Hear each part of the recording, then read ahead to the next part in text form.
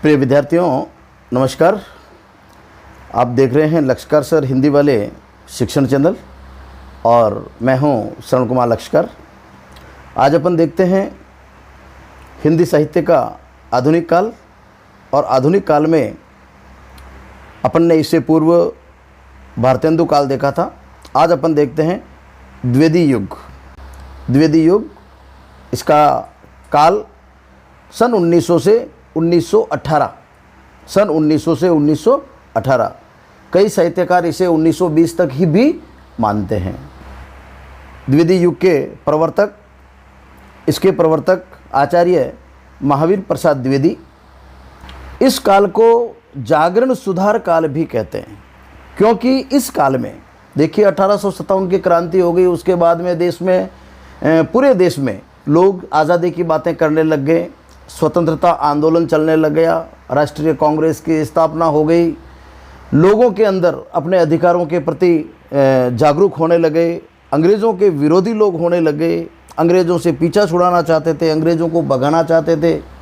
कुछ लोग सामंतवाद से दुखी थे तो वो बेगार प्रथा से दुखी थे। कई लोग समाज में छुआछूत, भेदभाव, अस्पृश्यता, अशिक्षा, काफ़ी बुराइयां थी। लोग इनसे बाहर निकलना चाहते थे और साहित्यकार भी इन सभी चीज़ों को, इन सभी विषयों को उठाकर इसके ऊपर लिखते और जन जागरण का प्रयास करते। इसी कारण से जो भारतेंदु काल में जो एक शिक्षा की जोत लगी, भारतेंदु ने जो एक हिंदी साहित्य में गद्य विधा को आगे बढ़ाया, साल तक भारतेंदु काल चला, क्योंकि उनके समकक्ष और समान विचारधारा के लेखक साहित्यकार वो लेखन कार्य करते रहे। धीरे धीरे द्विवेदी युग की शुरुआत हुई 1900 में। तो द्विवेदी युग जो था इसे जागरण सुधार काल कहा गया है, और परीक्षा में कई बार आ जाता है कि जागरण सुधार काल इसे किसने कहा। तो डॉक्टर नगेंद्र, आप याद करें, डॉक्टर नगेंद्र ने इसे जागरण सुधार काल भी कहा है। तो इसको अपन और थोड़ा विस्तार से देखते हैं। उस समय के जो साहित्यकार थे, काव्य भी लिखते थे, गद्य भी लिखते थे। वर्ष 1900 में, उस समय की साहित्यिक गतिविधियों के बारे में अपन चर्चा करें तो वर्ष 1900 में सर्वप्रथम सरस्वती पत्रिका का प्रकाशन हुआ। वर्ष सन 1900 में सरस्वती पत्रिका का प्रकाशन हुआ, और 1903 में सरस्वती पत्रिका के संपादक महावीर प्रसाद द्विवेदी बन गए। यानी 1903 में सरस्वती पत्रिका की कमान आदरणीय द्विवेदी जी के हाथ में आ गई, और 1903 से 1920 तक, यानी 17 साल तक लगातार आप उस पत्रिका के संपादक रहे। अब आप देखिए, जब किसी पत्रिका के संपादक थे तो उस पत्रिका के अंदर कौन सी रचनाएं छपेगी, कैसी रचनाएं छपेगी, क्या विषय होगा। नवोदित साहित्यकारों को वो विषय देते थे कि आप इस विषय के ऊपर लिखिए। तो साहित्यकारों को वो प्रेरित करते थे, साहित्यकारों को उनका मार्गदर्शन करते थे। तो इस प्रकार सरस्वती पत्रिका के माध्यम से आचार्य महावीर प्रसाद द्विवेदी ने हिंदी साहित्य की दिशा और दशा को बदला। जो खड़ी बोली का परिमार्जन करके और उसको परिष्कृत करके हिंदी भाषा के रूप में जो आचार्य भारतेंदु ने स्थापित किया था, उसी हिंदी भाषा को आचार्य द्विवेदी जी ने आगे बढ़ाया। सरस्वती पत्रिका के माध्यम से एक विचारक के रूप में, एक चिंतक के रूप में, एक मार्गदर्शन के रूप में सदैव वो दिशा निर्देशन करते रहे, नए साहित्यकारों का मार्गदर्शन करते रहे, नए साहित्यकारों को बढ़ाते रहे। सरस्वती पत्रिका के माध्यम से देशभक्ति, स्वतंत्रता, राष्ट्रोत्थान व समाज सुधार संबंधी उस समय जितनी भी सामाजिक कुरीतियाँ थी, उन कुरीतियों से देश को वो बाहर निकालना चाहते थे। उन कुरीतियों से संबंधित अब से पहले बहुत कम साहित्यकारों ने लिखा। तो उन कुरीतियों से संबंधित आचार्य द्विवेदी जी नए साहित्यकारों को विषय देते थे, आप इसके ऊपर लिखिए, आप राष्ट्रोत्थान के ऊपर लिखिए, आप स्वतंत्रता आंदोलन के ऊपर लिखिए। तो इस प्रकार की रचनाएं उस समय बहुत ज़्यादा होती थी। इस प्रकार की रचनाओं का बाहुल्य होता था। नारी की गरिमा बढ़ाने के लिए, नारी की जो स्थिति थी समाज में, उस स्थिति से ऊपर उठने के लिए, नारी को आगे बढ़ाने के लिए, चाहे वो दहेज प्रथा हो, चाहे छुआछूत हो, चाहे अस्पृश्यता हो, चाहे नारी का दोयम दर्जे का नारी के प्रति जो व्यवहार हो, इन सबके ऊपर उस काल के जितने भी साहित्यकार थे उन्होंने बहुत ही खुल के लिखा।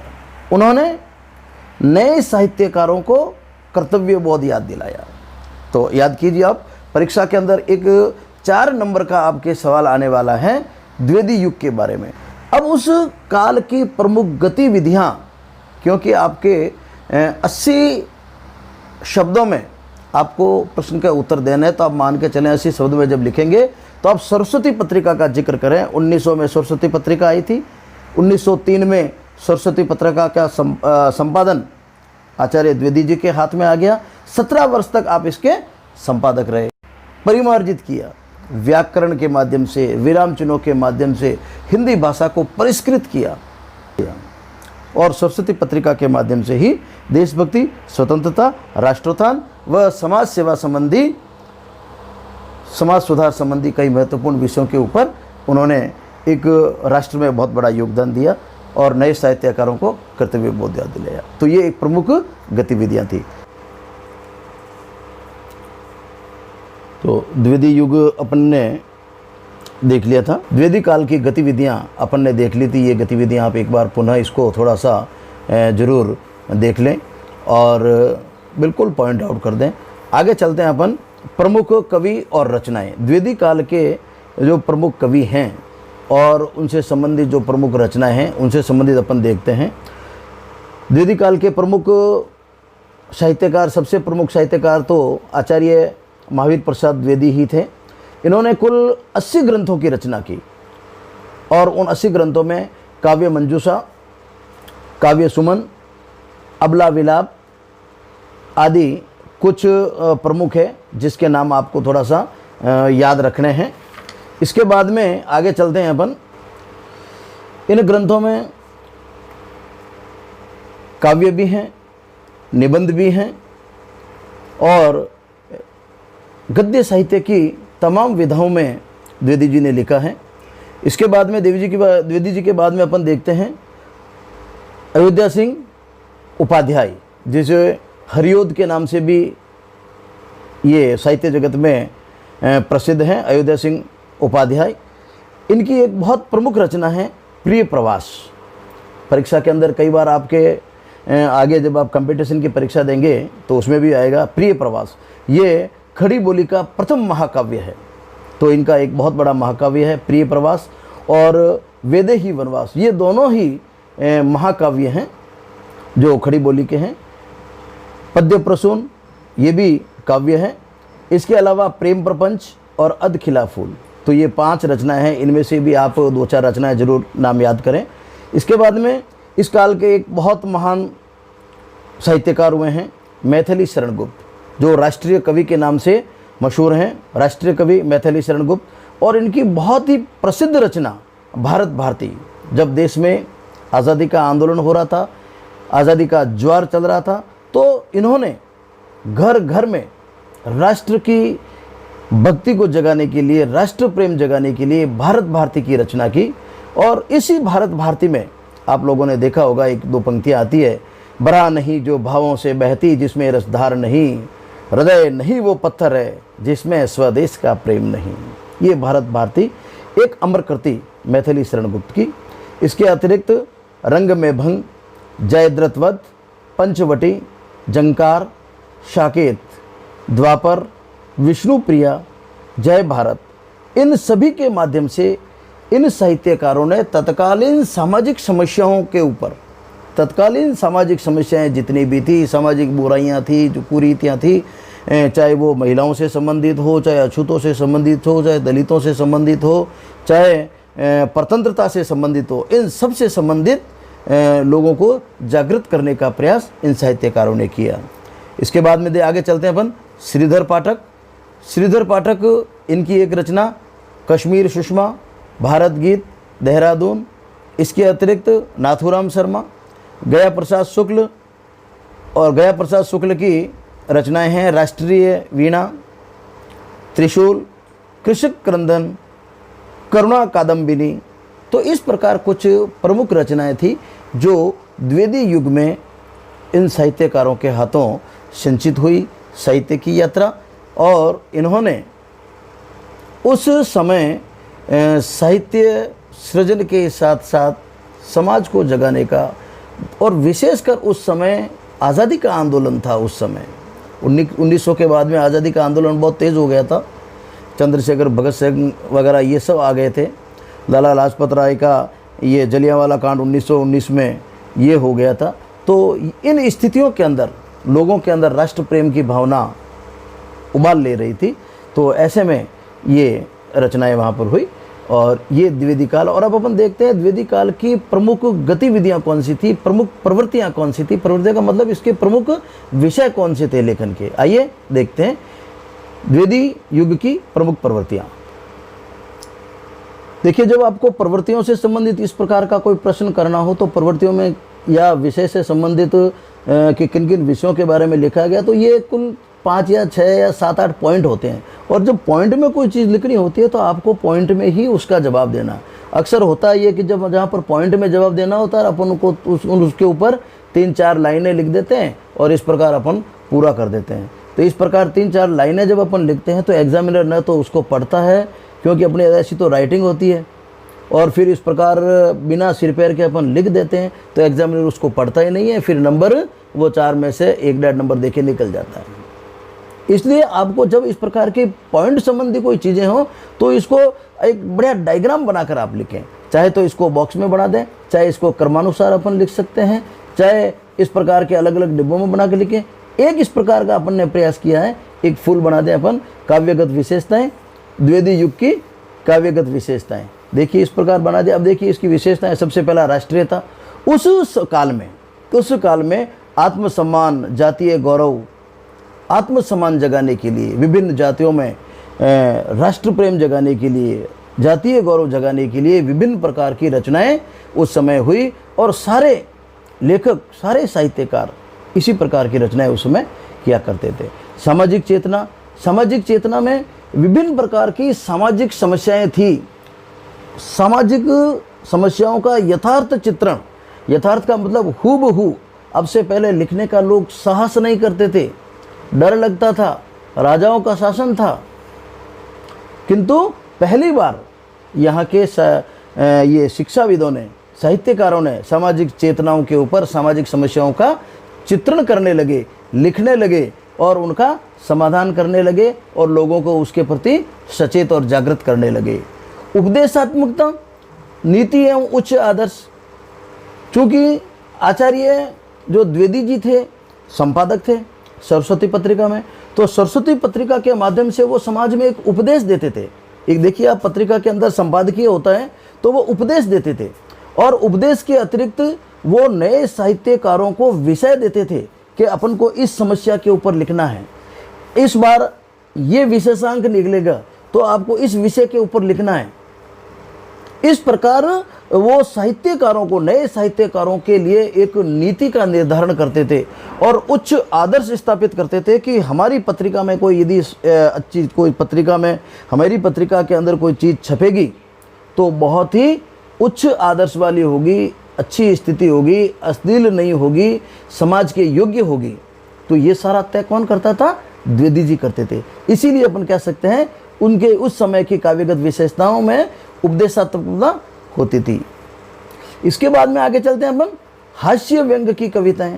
उस समय हास्य व्यंग और मनोरंजन की कविताएं भी लिखी जाने लगी। कई साहित्यकारों ने ऐसी सृजन की। प्रकृति का चित्रण, कई साहित्यकारों ने बहुत ही अच्छी उस समय प्रकृति का चित्रण वो करने लग गए थे। अब तक जो प्रकृति का चित्रण नहीं के बराबर होता था, क्योंकि अब तक जो होती थी सारी की सारी भक्ति काल और रीति काल से संबंधित होती, कृष्ण राधा और उनसे संबंधित होती थी, या भक्ति से संबंधित होती थी, वैराग्य से संबंधित होती थी। मनोरंजन के लिए अपने दिल की बात, मन का बहलाव, प्रकृति से चित्रण, प्रकृति से मनुष्य जुड़ाव, प्रकृति से मनुष्य का जुड़ाव, प्रकृति से मनुष्य का प्रेम, ये पर्यावरण प्रेम, प्रकृति से संबंधित ये प्रकृति का चित्रण उस समय किया जाने लगा। अनुदित कार्यों की प्रधानता। कई साहित्यकार उस समय, चाहे वो द्विवेदी जी हो, मैथिली शरण गुप्त हो या अन्य साहित्यकार हो, उन्होंने अन्य जो साहित्यकार थे जो दूसरे दूसरी भाषाओं के साहित्यकार थे, उनकी अच्छी अच्छी जो रचनाएं थी, चाहे वो अंग्रेजी की रचनाएं, उसको हिंदी में अनुदित किया गया, चाहे बंगला भाषा की कोई रचना थी तो उसको हिंदी में अनुदित किया गया, चाहे ब्रज भाषा की थी उसको, तो उसको खड़ी बोली के अंदर, हालांकि ब्रज और खड़ी बोली में ज़्यादा फर्क नहीं है, उसको अनुदित नहीं किया गया। पर जो अन्य भाषाएं थी दूसरी विदेशी भाषाओं के अंदर भी कई अच्छी अच्छी चीज़ें आती थी, तो उनको देशी भाषाओं के अंदर, हिंदी भाषा के अंदर उनको अनुदित किया गया। तो अनुदित कार्यों की प्रधानता उस समय होती थी। बौद्धिकता की प्रधानता उस समय आप देखिए, निबंध लेखन का प्रचलन शुरू हो गया था, गद्य लेखन का प्रचलन शुरू हो गया था। तो निबंध लेखन का मतलब ही होता है कि अपने सोच को एक विराटता प्रदान करना, अपनी सोच की, अपनी बौद्धिकता को बहुत आगे बढ़ाना, और निबंध जिसमें कोई बंधन नहीं, नए नए विषयों के ऊपर नए नए रिसर्च किए जाने लगे, नए नए निबंध आने लगे। तो ये जो निबंधों के माध्यम से जब किसी चीज़ को बताया जाता है तो वहाँ पर अपन कह सकते हैं कि बौद्धिकता की प्रधानता थी। काव्य रूपों की अनेकता, काव्य रूपों के भी अनेक, कई छोटी कविताएं, बड़ी कविताएं, खंड काव्य, महाकाव्य, जैसा कि अभी अपन ने देखा था कि प्रिय प्रवास, तो ऐसे ऐसे महाकाव्य उस समय उनकी रचनाएं हुई थी। तो महाकाव्यों की रचनाएं हुई, तो आप देखिए उस काल में महाकाव्य भी रचे गए, खंड काव्य भी रचे गए, छोटी कविताएं, तो काव्य के विविध रूप लोगों के सामने आए।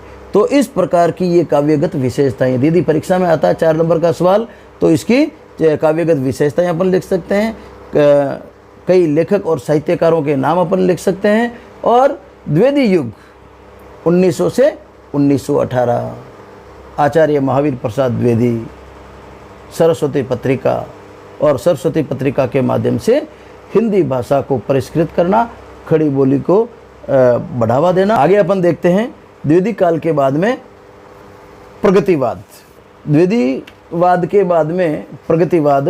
तो द्विवेदी काल के बाद में अपन देखेंगे कि 1920 के बाद में, 1920 के बाद में छायावाद आ गया था, छायावाद युग आ गया था, और छायावाद के प्रणेता थे जयशंकर प्रसाद, और इसके 4 प्रमुख स्तंभ थे, प्रसाद, पंत, निराला और महादेवी वर्मा। ये 4 प्रमुख स्तंभ थे।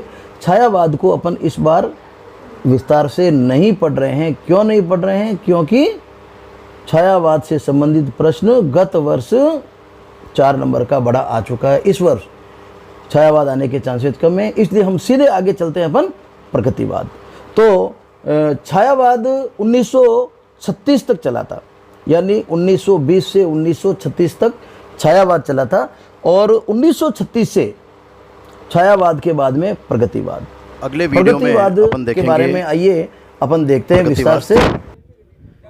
आप सभी इस द्विवेदी काल को तैयार करें परीक्षा की दृष्टि से, और सभी छात्रों से निवेदन है कि इस वीडियो को ज़्यादा से ज़्यादा लाइक और शेयर करें। आशा करता हूं कि आज का ये वीडियो आपके लिए उपयोगी रहा होगा। आप सभी का बहुत बहुत धन्यवाद। आप देख रहे थे लक्ष्यकार सर हिंदी वाले शिक्षण चैनल। आप सभी